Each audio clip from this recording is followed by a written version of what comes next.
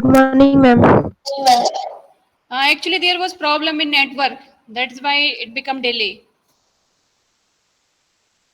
Now, after cleavage division, now start with the morula and blastula and then gastrula stages. So,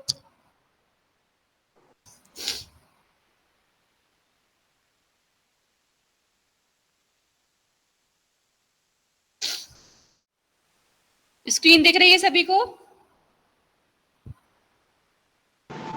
Yes, ma'am. ठीक है.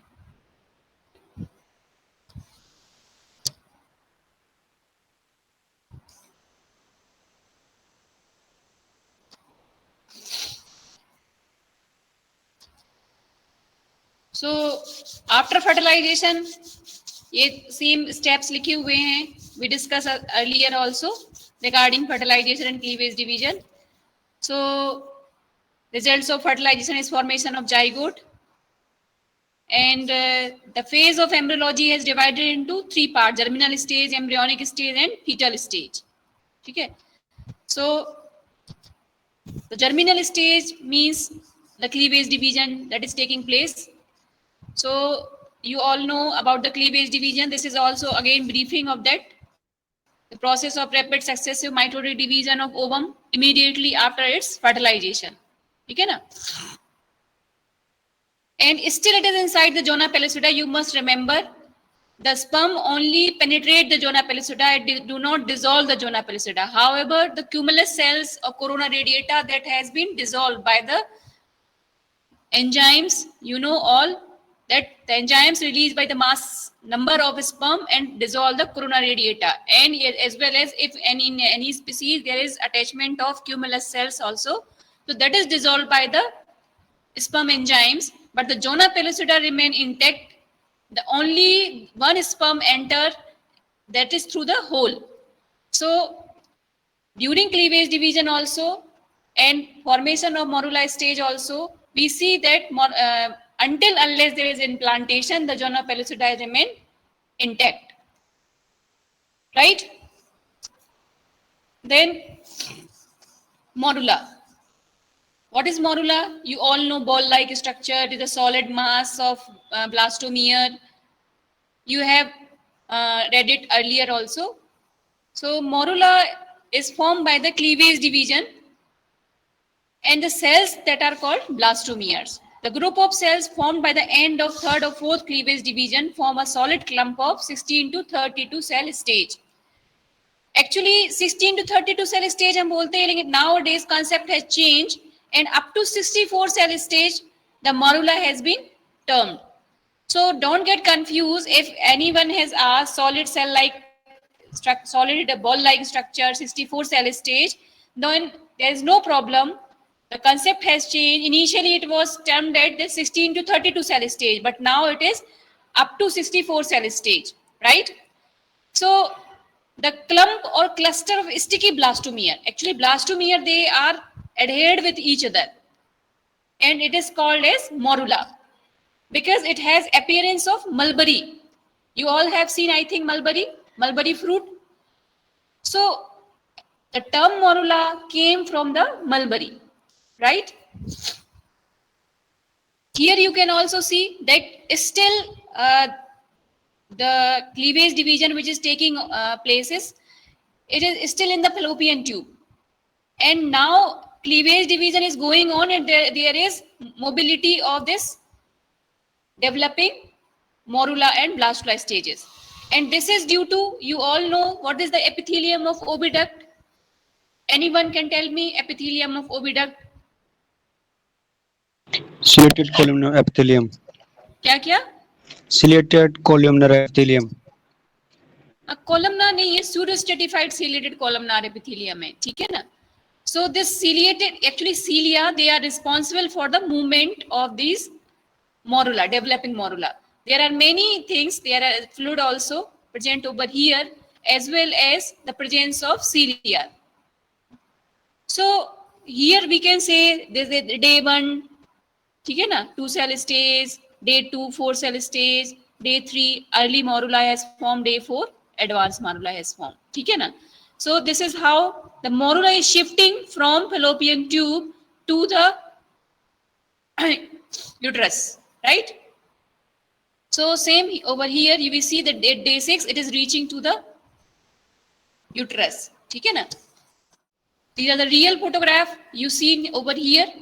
You see two cell stage, 4 cell stage, ठीक है ना? Then 6 cell stage. क्योंकि एकदम से कुछ भी नहीं बनता, it is progressive. The division is progressive, ठीक है ना? This is compacted morula over here. तो ये सारे जो है फोटोग्राफ जो है माइक्रोस्कोप, स्टीरियो माइक्रोस्कोप से लिए गए होंगे, ठीक है ना? The central mass, cell mass of morula generally give rise to the embryo proper, and the peripheral cell form protective and nutritive covering of embryo. You see in this diagram, there are central cell also as well as peripheral blastomere also. When we see the compact morula, the peripheral blastomere, they will give rise to the nutritive or protective covering, means trophoblast, means peripheral blastomeres will give rise to the trophoblast, and the central cells of morula, they actually will give embryo proper, right? Even in this stage, the blastomere remain within the covering of zona pellucida, ठीक है ना? और एक zona pellucida ही है which do not allow implantation or adhesion of this developing morula to the fallopian tube. आप लोगों ने ectopic pregnancy भी सुना होगा, लेकिन एक्टोपिक प्रेगनेंसी में भी बोलते हैं कि it is not carried out for the long time, ठीक है ना? Because as the embryo advances, और बहुत सारे एक्सेप्शंस भी हैं. एक्सेप्शंस को अगर छोड़ दें हम, तो zona pellucida is the layer which do not allow the implantation until unless there is hatching of blastula, the implantation will not take place, ठीक है ना? तो जब तक zona pellucida outermost covering है, implantation usually will not be happen. So if we see that in the morula stage also, the blastomere remain within the covering of zona pellucida, and the cells change their position within the central and peripheral cell mass. अब जब mobility start होगी, means now the morula is transforming or it is in growing to the blastula stage, ठीक है ना? So within the continuation of cleavage, the zygote migrates from ampulla of fallopian tube to the uterus. Yesterday I told you the fertilization take place in the ampulla, and I told you the ampulla is not a short length structure, it is a long length structure, and in case of bovine, a domestic animal, the fertilization take place that is close to the ovarian end, ठीक है ना? However, in human being, the fertilization take place in ampulla, that is towards isthmus side, means towards uterine end side, right? So this is the difference. मतलब अगर हम domestic animal में देखेंगे, then fertilization जैसे ही ovulation हुआ, after ovulation, then oocyte has captured, and this oocyte is present in the fallopian tube, and it little bit it traverse and the fertilized, ठीक है ना? The migration is facilitated by the cilia of mucous membrane of the tube and by its muscular contraction. I told you earlier also that the cilia, the epithelium of the fallopian tube, pseudostratified ciliated, and these are the cilia which are responsible for the movement or migration of morula towards uterus, as well as the second role is of muscular contraction. The morula, anything you want to ask, because we are now going ahead into the blastula stage. Anything you want to ask? Morula समझ में आया सभी को?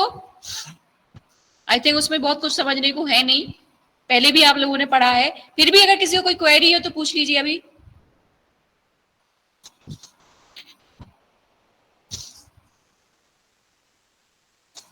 Okay, no query. Now the next developing stage, that is the blastula.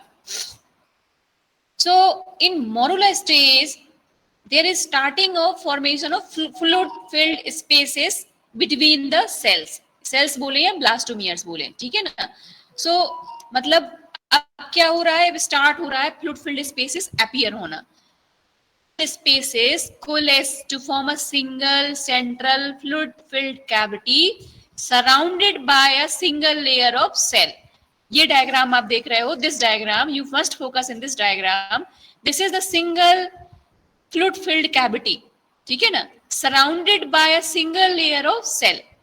The resulting structure, which resemble a hollow rubber ball, is called blastula, and the space inside of it is called blastocele. This is what blastocele, a cavity of the blastula.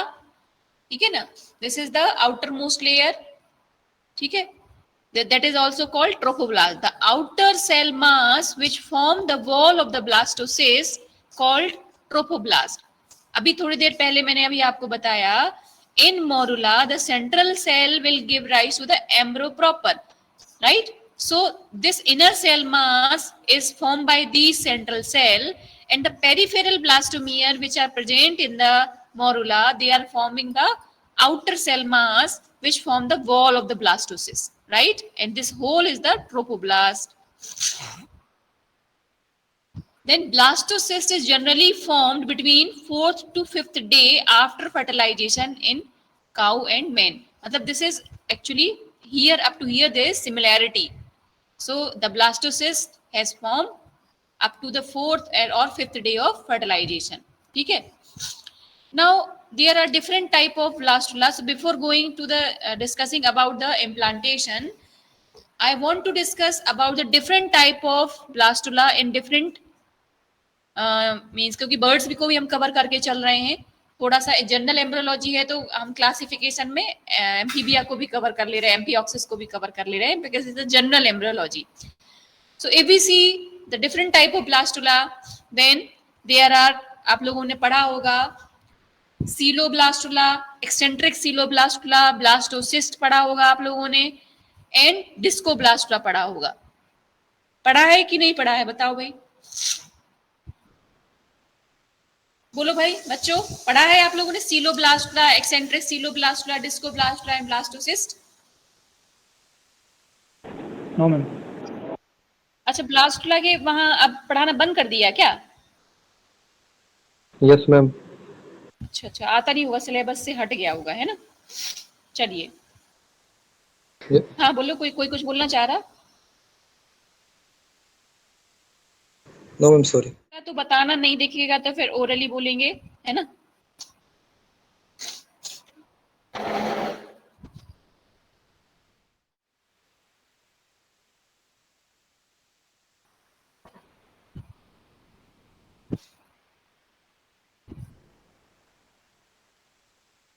Steloblastula.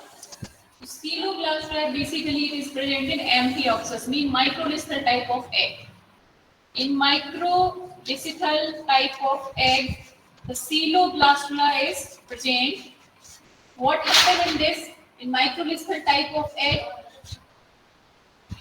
it is slightly different from the blastocyst. In blastocyst, we see that is large cavity, entire hollow mass, but here actually the size of blastomere is of one side is more as compared to, means in vegetal pole side here, in vegetal pole size, the size of blastomere is more as compared to the size of blastomere towards animal pole here. तो बाकी जो सीलोब्लास्टुला है, this is silo, COE, सीलोब्लास्टुला, mainly found in microlithal type of egg, and microlithal type of egg example is Amphioxus. Amphioxus example is Amphioxus, you know, है ना, microlithal type of egg present in Amphioxus, and actually very slight amount of yolk is present. That is why the size of blastomere is little bit, slight difference, little bit larger towards vegetal pole as compared to animal pole. So this type of blastula is called coeloblastula. Is it clear? Is it clear or not? Yes, ma'am. Okay. Now, eccentric coeloblastula. Eccentric coeloblastula is present in case of amphibia. In amphibia, mesolithical type of egg is present. Mesolithical type of egg in amphibia is present in amphibia. लिखते जाना बच्चों, ऐसा नहीं बस सुनते रहो. लिख रहे हो थोड़ा बहुत? In amphibia, mesolithical type of egg is present. So, in this species, you all know towards the area where the yolk is present. In that area, the size of blastomere is larger as compared to animal pole. Because the division is faster, so the blastomere are of smaller in size. However, towards vegetal pole, the blastomeres are of larger size.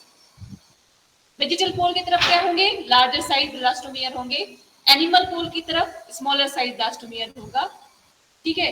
So the cavity is pushed towards one side. कैसे? ये इसी में ही देखेंगे. तो here is the larger size blastomere. ठीक है ना? ये and here is a smaller size blastomere. So the cavity is pushed to the one side, and this is the blastocele. This is the blastocele. Cavity is called blastocele. This is the blastocele, and this is present eccentrically. मतलब एक side push हो गया. It is not lying centrally. This cavity is not lying centrally, so this is called eccentric coeloblastula. Eccentric coeloblastula. Eccentric coeloblastula present in case of amphibia, right? So we have discussed about the coeloblastula, eccentric coeloblastula. Now the discoblastula. ठीक है ना? Discoblastula is present in case of bird. In case of bird, तो bird में क्या है? We have seen that megalithical type of egg is present in case of birds. So there is some area which remain undivided. ठीक है ना? And so that is why the whole embryonic इस तरफ दिख रहा है ना बोर्ड. यहाँ दिख रहा है. यहाँ मैं ड्रॉ कर रही हूँ. दिख रहा है कि नहीं? यस मैम दिख रहा है. दिख रहा है ना? So up to here there is presence of yolk. हाँ नहीं दिख रहा? मैम नहीं दिख रहा है. नहीं दिख रहा है. रुक जाओ. नहीं मैम.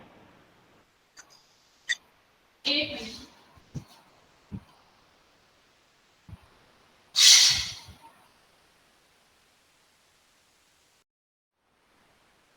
हाँ दिख रहा है अब? Yes, ma'am. दिख रहा है या? Yes, ma'am. हाँ? So here Yes, is ma'am. the presence of yolk. Ma'am नहीं कैमरा चेक कर लीजिए उधर. नहीं दिख रहा है. नहीं दिख रहा है. अब देखो, अब दिख रहा है.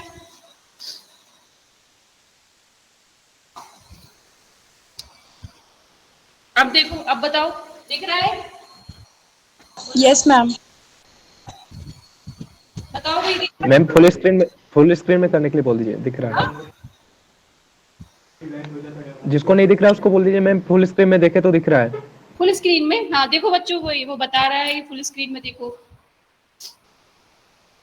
तो चलते हैं ना, एक पीपीटी चलता है, एक ये चलता है. उसमें से जिस पे क्लिक करोगे ना फिर वो बड़ा हो जाएगा. दिखा क्या? Yes ma'am. जी बताओ, सबको दिखा? टेक्निकली भी सब लोग भाई सब सारी चीजें सीखो. क्या होता है अगर टेक्निकली आप मजबूत नहीं हो तो भी तो दिक्कत है. अब आज तो टेक्नोलॉजी का एरिया है. बोलो भाई.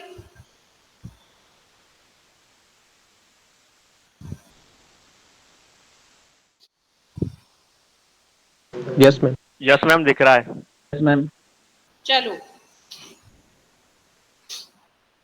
So this is in case of bird, this area remain filled with the yolk, and what happened?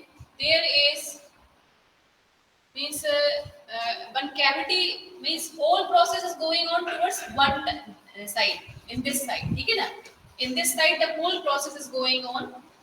Here is the presence of blastomere acid. And here is the cavity. Here is the little cavity, very small cavity. micro cavity is formed over here. ठीक है ना? So there is actually some terminology also here. So this blastula is called actually discoblastula. Discoblastula, याद करो हमने discoidal cleavage पढ़ा था ना, discoidal cleavage पढ़ा था in case of bird, and the blastula which is formed in this species, birds and reptiles, that is called discoblastula, because the whole part is not involved in formation of embryo proper. This portion is involved in formation of embryo over here, and there is area also, area opaca, area pellucida, ठीक है ना? So these things we will discuss later on. Area opaca, area pellucida क्या है? Area pellucida actually some cell, जो ये central वाला cell है, अभी इसको ना 3D इमेजिन करना पड़ता है एक्चुअली. जो आप बॉल खेलते हो ना, उस बॉल से आपको इमेजिन करना पड़ता है, तब थोड़ी चीजें समझ में आती हैं कि भाई ये पूरा 3D है. मतलब एक बॉल है, नीचे पूरा योग है, एक तरफ अगर हम देखेंगे तो बिल्कुल उस एक साइड चल रहा है, एक सारी कहानी एक तरफ चल रही है, ऊपर के ऊपर चल रही है सारी कहानी, ठीक है ना? तो some cells with are detached, central cell detached from the yolk, and that area become transparent, so that area is called area opaca. Central cell जो होंगी वो क्या होगी, वो डिटैच हो जाएंगी, that detached from the yolk, and that area is called, central area is called area opaca. And however the peripheral cells, these peripheral cells, they remain in contact with the yolk, and this area is called area opaca. So peripheral area is called area opaca, outer cells of peripheral area called area opaca, and the central cells they detach from the yolk and called area pellucida. तो बहुत ज्यादा समझने की जरूरत नहीं है, ये बहुत ज्यादा नहीं पूछा जाएगा, बस इतना याद रखना है, discoblastula present in birds and reptiles. और फॉर एग्जांपल अगर कोई टर्म पूछता है या आता है area opaca, area pellucida, these are concerned with the discoblastula. That's over. इतना ही इसके बारे में पढ़ना है, बाकी हम पढ़ेंगे, मेनली पढ़ेंगे अब मैमल्स में. अब मैमल्स में blastula of mammals is called blastocyst. अब ब्लास्टोसिस्ट और ब्लास्टोसील में क्या अंतर है, वो मैंने अभी थोड़ी देर पहले आपको बताया. The blastocoel is actually present in case of microlecithal type of egg, that is in amphioxus. The mammalian egg is classified as alecithal type of egg, that is why the size of blastomere is uniform. When there is cleavage division, it is a complete equal holoblastic cleavage, ठीक है ना? And all blastomeres are of same size. So the blastocyst which is formed, that is uniform, and that is why blastocyst और blastocyst में इतना ही अंतर है कि blastocyst में one pole पे blastomeres जो है वो बड़े साइज के हैं as compared to another pole. However, in blastocyst, the blastomeres, all the blastomeres are of equal size, and a single large cavity is present in the center, that is called blastocyst. तो ये जो आप diagram देख रहे हो PPT में भी,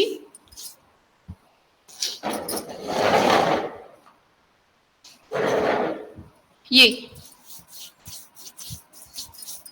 आप जो डायग्राम देख रहे हो, आप पीपीटी पे फोकस करो आप लोग. पीपीटी देखिए. सो this is actually blastocyst which is the mammalian blastula. तो 4 टाइप ऑफ ब्लास्टुला हमने पढ़ लिया, सीलोब्लास्टुला, एक्सेंट्रिक सीलोब्लास्टुला, डिस्कोब्लास्टुला, ठीक है ना? And this is what, this is the blastocyst. So blastocyst actually the outer layer is called trophoblast, ठीक है ना? And here it is called inner cell mass और एम्ब्रियोब्लास्ट, ठीक है ना? Because this will give rise to the embryonic mass और embryo, proper embryo, ठीक है? तो here also there are actually 2 type of cells are present. These are called actually formative cells. Formative cells give rise to the whole embryo. Some are called nodal cells. इसमें नहीं है nodal cells, बहुत छोटी cells होती हैं nodal cells, which connect this embryonic mass to the trophoblast. देखो क्या समझना है आप लोग को, कंफ्यूज नहीं होना है. देखो दिस इज ट्रोफोब्लास्ट चारों तरफ है, इधर भी है, इस तरफ भी है trophoblast, and this structure is actually inner cell mass.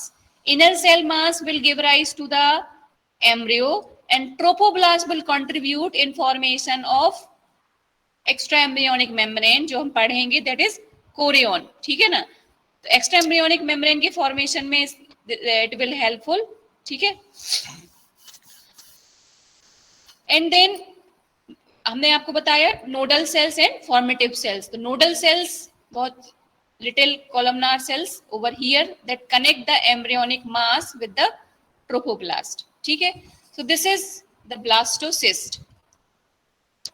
अब इसमें दिखाया हुआ है कि how there is formation of trophoblast and there this implantation, how it is started। so actually the term, one term is there, that is hatching of blastula। hatching of blastula means up to this stage this is going on inside the zona pellucida, and as soon as the blastocyst has formed, the zona pellucida now get ruptured and that is called hatching of blastula, ठीक है ना। ये लिखिए, देखिए, the zona pellucida disappeared on 5th or 6th day of fertilization in human and 7th or 9th day in cow। so there is difference between cow and human being।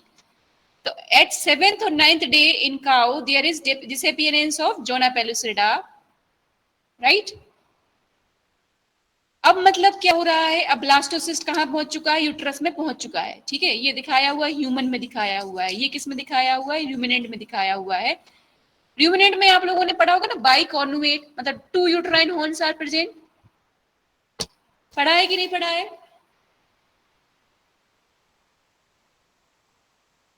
तो ये भी पढ़ा होगा कि एट अ टाइम एक ovary से ही ovulation होता है साइमल्टेनियस, मतलब normally exception I am not counting the exception। at a time one side of ovary ovulated, another side of ovary ovulated next time, ऐसा कुछ ऐसा आप लोगों ने भी पढ़ा होगा, है ना। तो इसीलिए in case of large animal, bovine में especially, the pregnancy is present in one uterine horn। तो जिस यूट्राइन हॉर्न में प्रेगनेंसी है वही उसी साइड की जो ओवरी होगी उसमें कार्पस ल्यूटियम मिलेगी, ठीक है ना। तो साइमल्टेनियसली बोथ यूट्राइन हॉर्न में प्रेगनेंसी बहुत ही रेयर है। तो uterine horn, one uterine horn में प्रेगनेंसी मिलेगा। तो here you see that there is blastocyst in this uterine horn. अगर ह्यूमन बीइंग में है तो ह्यूमन बीइंग में तो बाइकॉर्नुएट है ही नहीं, तो no there is no confusion. But here in case of bovine the implantation take place in corresponding uterine horn from where the ovary ovulated, ठीक है। तो in men and rodents polar trophoblast implanted on the decidual wall of uterus by proteolytic action, ठीक है। अब placenta भी हम पढ़ेंगे later on, placenta भी पढ़ना है। अभी तो दो पोलार ट्रोफोब्लास्ट का नाम आया तो मैं आप लोग को बता देती हूँ। पोलार ट्रोफोब्लास्ट किसको बोलेंगे, पोलार ट्रोफोब्लास्ट इसको बोलेंगे, ये वाले इस वाले एरिया को। और ये जो this trophoblast will be known as mural trophoblast, ठीक है ना। This is known as mural and this is known as polar trophoblast. So actually it during implantation the polar trophoblast involve, right. So this is in men and rodents polar trophoblast is implanted on the decidual wall of uterus by proteolytic action, ठीक है। The blastocyst is embedded gradually in the residue of uterus by histolytic action of trophoblast। In domestic animals, implantation is not invasive process, but it occurs by adhesion and apposition between trophoblast and uterine epithelium।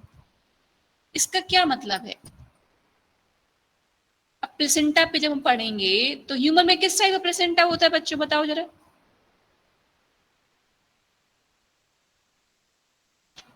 Human में किस type का placenta होता है? एंडोथेलियोकोरियल होता है, haemochorial होता है। कौन सा? हाँ बोल, हाँ वेरी गुड, बिल्कुल सही बोल रहे हो आप, ठीक है ना। Decidual type of placenta and hemochorial type of placenta, ठीक है ना। इज टर्म्ड एज एपिथेलियोकोरियल और सिंडेस्मोकोरियल, ठीक है ना। टर्मिनोलॉजी थोड़ा थोड़ा चेंज हो गई है, पहले सिंडेस्मोकोरियल बोलते थे, अब एपिथेलियोकोरियल भी बोलते हैं। तो in case of ruminant the placenta is epitheliochorial, लेकिन सिंपली अगर बोले तो सिंडेस्मोकोरियल भी सही है, एपिथेलियल कोरियल हम इक्वाइन मेयर में बोलते हैं। तो यहाँ अगर हम बोले तो सिंडेस्मोकोरियल प्लेसेंटा है। अभी बताएंगे सिंडेस्मोकोरियल क्या है, एपिथेलियल कोरियल क्या है, एंडोथेलियो कोरियल, देन हीमोकोरियल। ठीक है, ये अभी हम डिस्कस करेंगे when we discuss the placenta. तो in domestic animals implantation is not invasive, मतलब बरो नहीं करता है। Blastocyst do not burrow, here simply apposition is there. ठीक है ना, सो सिंपली सिंडेस्मोकोरियल क्यों बोलते हैं, because only the epithelium layer has lost. और आपने कैरंकल्स पढ़े होंगे ना, कैरंकल्स, यूट्राइन कैरंकल।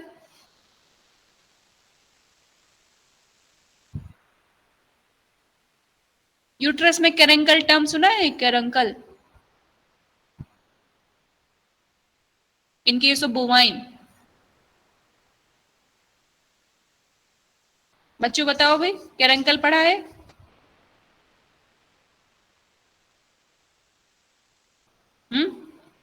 वैष्णवी, वैष्णवी प्रजापति बताओ भाई। वैष्णवी, आवाज आ रही है मेरी? Yes ma'am. हाँ यस मैम। बताओ, कैरंकल टर्म सुना है कि नहीं सुना है पहले?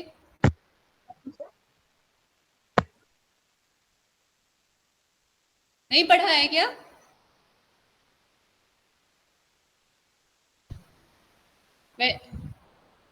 पायल मैडम ने यस पढ़ाया? यस मैम, पढ़ाया है बट याद नहीं। याद नहीं आ रहा है ना? Caruncle, uterine caruncle, button shape structure present in the uterus, button like structure, about 80 to 100 in number, इस टाइप से पढ़ा होगा, है ना? तो ये फीचर्स है, this is the feature in case of bovine, uterine caruncle. ठीक है, अब तो यहाँ आ गए हो आप लोग, तो देखोगे यूट्रस दिखाएंगे। ठीक, सो ये आप जो इसमें देखिए लास्ट जो स्ट्रक्चर आप लास्ट देख रहे हैं, तो ये कैरंकल्स में इम्प्लांटेशन दिखाया हुआ है। ठीक है ना,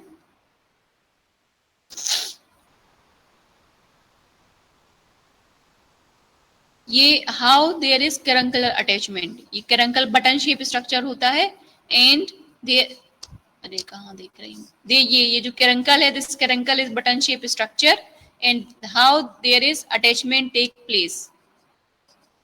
the chorion, chorioallantoic type of placenta होगा, पढ़ेंगे अपन। ठीक है, so how it get attached.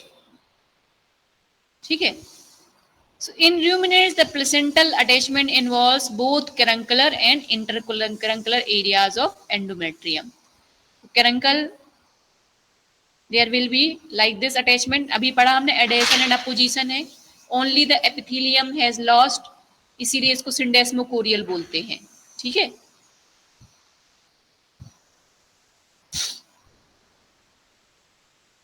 the trophoblast develop finger-like projection which extend into the uterine gland and provides a temporary anchor for absorption of nutrition during implantation.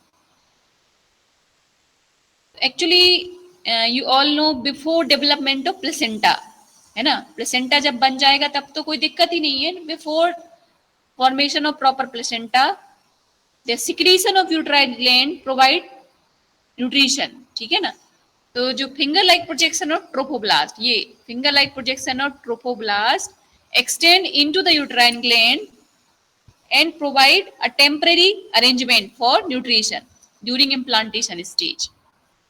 ठीक है,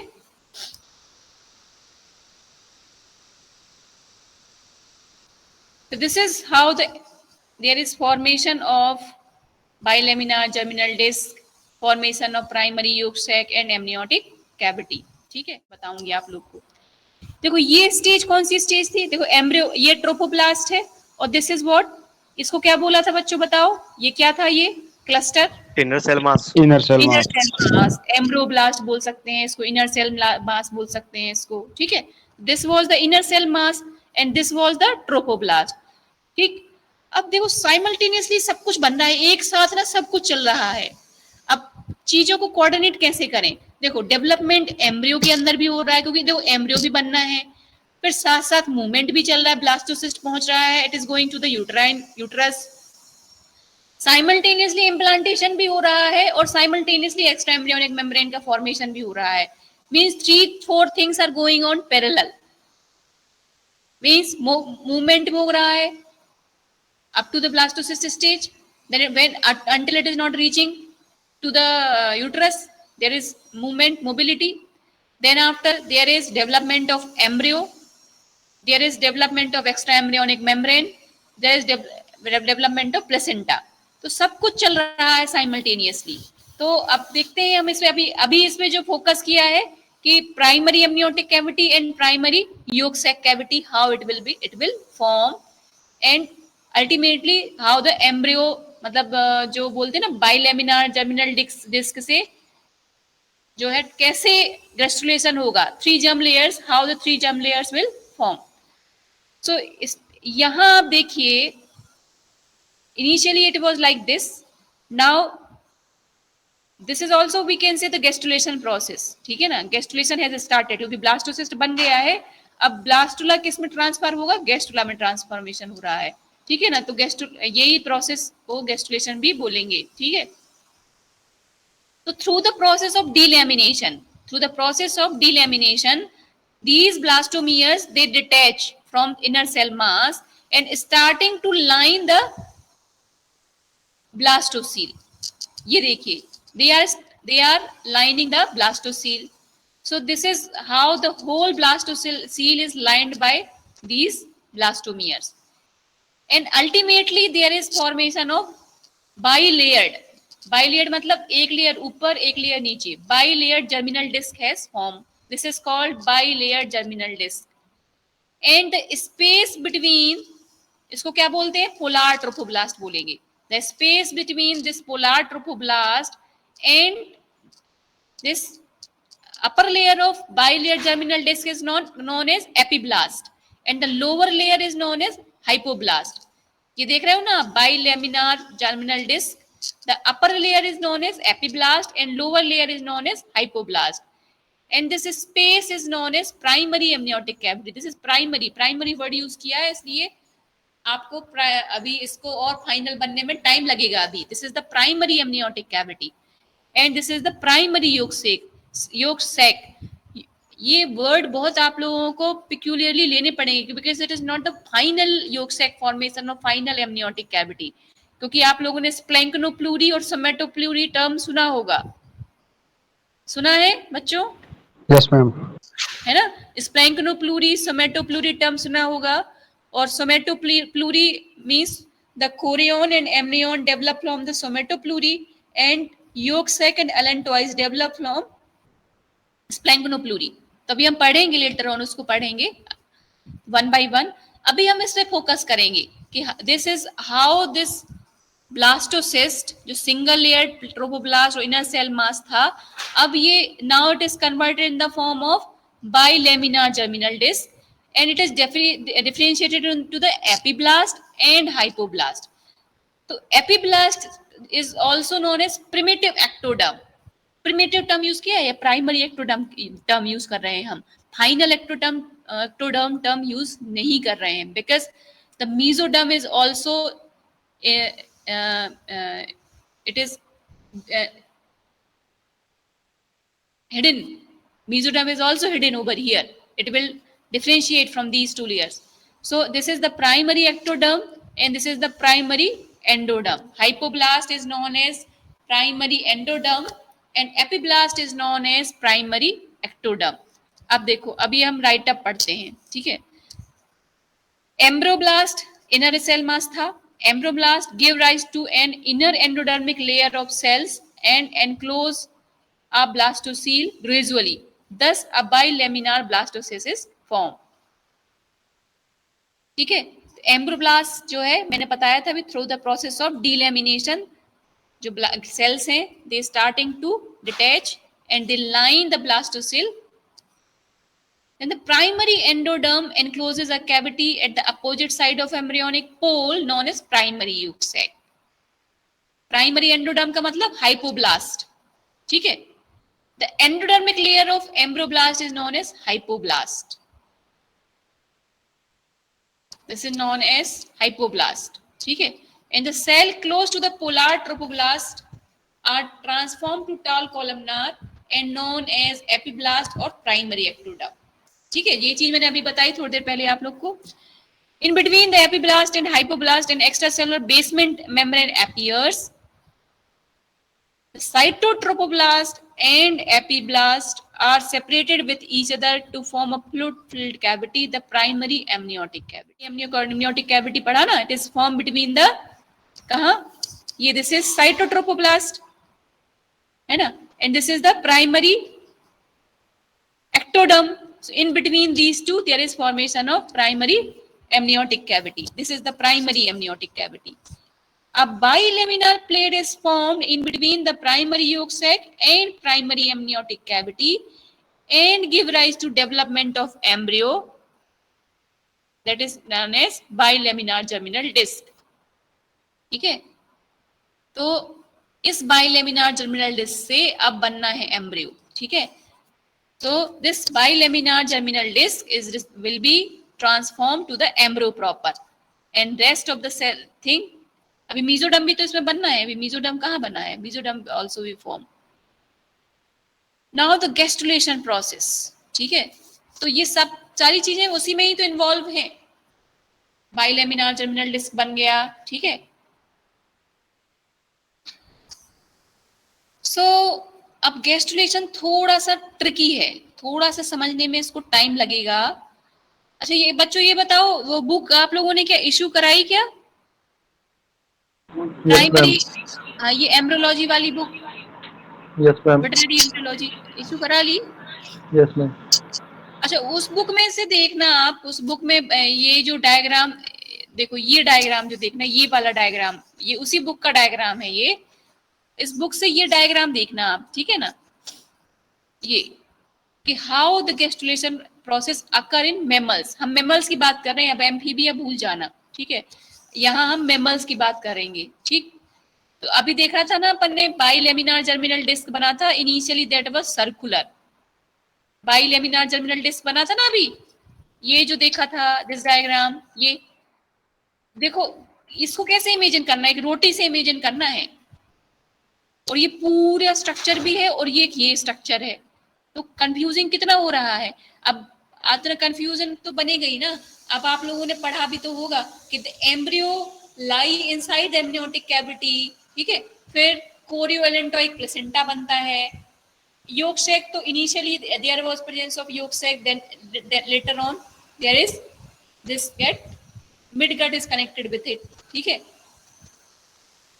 तो अपन को कैसे इमेजिन करना है कि ये बाइलेमिनार जर्मिनल डिस्क क्या है, एक दो लेयर है.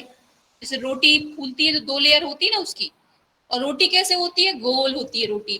कहाँ फंसी हुई है रोटी, इधर जाके फंसी हुई है, यहाँ एक एंड पे यहाँ फंसी हुई है, and has two layer right. ये भी जो डायग्राम आप गोल देख रहे हो ना, ये रोटी है, इसमें दो लेयर है. अब तीसरी लेयर अभी बननी है, मीजोडर्म अभी बनी नहीं है. मीजोडर्म का प्रोसेस अभी शुरू होना है. ठीक है, कैसे बनेगा ये अब देखना है. इसमें क्या है, ये रोटी में ऊपर की तरफ तो एपिब्लास्ट है जिसको हमने प्राइमरी एक्टोडर्म बोला है, और नीचे की तरफ क्या है, हाइपोब्लास्ट है जिसको हमने प्राइमरी एंडोडर्म बोला हुआ है. यहां तक क्लियर है बच्चों? Yes ma'am. यहां तक क्लियर है कि नहीं?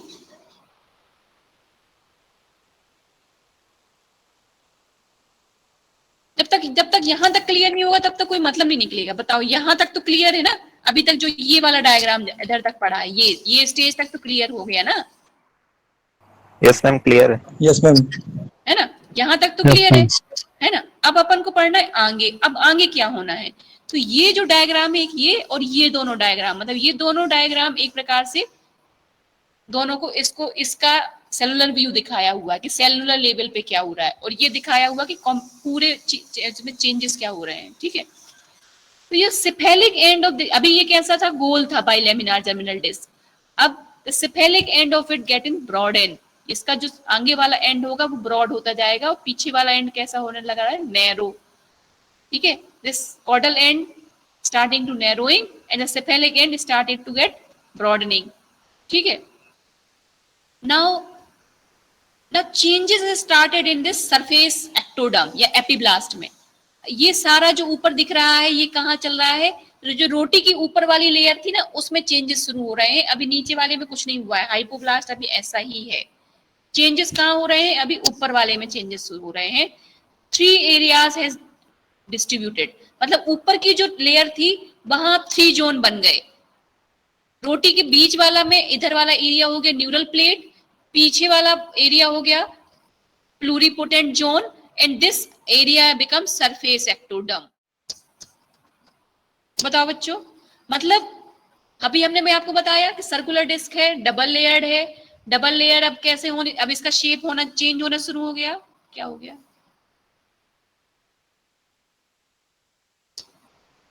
हाँ इसका शेप चेंज होना शुरू हो गया है। And now the changes this, जो आपको, क्योंकि अब ये 3D तो हम दिखा नहीं सकते ना, इसमें 3D नहीं देख पा रहे ना हम। अब क्या हो रहा है कि the changes has started going on upper layer on epiblast, ठीक है ना सर। तो epiblast, here the 3 zones has formed, then the neural plate, pluripotent cellular zone and surface ectoderm।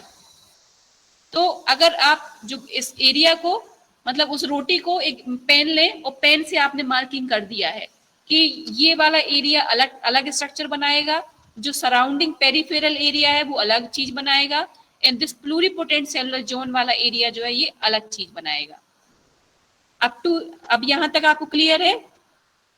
Now this pluripotent cellular zone, it is starting to growing, ठीक है ना, and there is formation of primitive streak, this is primitive streak, ठीक। आप लोगों ने पढ़ा भी होगा, ब्लास्टोपोर पढ़ा होगा बच्चों, पढ़ा है ब्लास्टोपोर, सुना है नाम? Yes ma'am, cavity of gastrula. Cavity नहीं, ओपनिंग। ब्लास्टोपोर वो तो गैस्ट्रुला में जो आर्केंट्रॉन बनता है, आर्केंट्रॉन इज द कैविटी। हम बात कर रहे हैं ब्लास्टोपोर की, जहां से माइग्रेशन होता है ब्लास्टोपोर के थ्रू, है ना। पहले डबल लेयर बनता है ना, आर्केंट्रॉन बना, सुना होगा आप लोगों ने, Yes ma'am. है ना, आर्केंट्रॉन टर्म सुना होगा। यहाँ पे मैमल्स में अलग कहानी है। मैमल्स में blastopore, in place of blastopore there is formation of primitive streak, ठीक, प्रिमिटिव स्ट्रीक बनती है। अभी जो एपिब्लास्ट की सेल्स है ना वो घुसेंगी अंदर, और अंदर जाके दोनों तरफ देखो। अब ये वाला डायग्राम देखना आप, ये जो डायग्राम, कर्सर दिख रहा है बच्चों, कर्सर? अच्छा आप लोग का टाइम हो गया ना? Yes ma'am. ठीक है, तो हम अगली क्लास में इसको पढ़ेंगे, ठीक है, गैस्ट्रुला अगली क्लास में पढ़ेंगे। अभी बचा है, तब तक आप लोग ना बुक से जरूर पढ़िएगा। बुक से पढ़ोगे तो जब मैं पढ़ाऊंगी तो आपको चीजें अच्छे समझ में आएंगी। एक बार बुक से पढ़िए इसको, इस चैप्टर को, ठीक है। चलिए, तो today's class is now over. Thank you ma'am.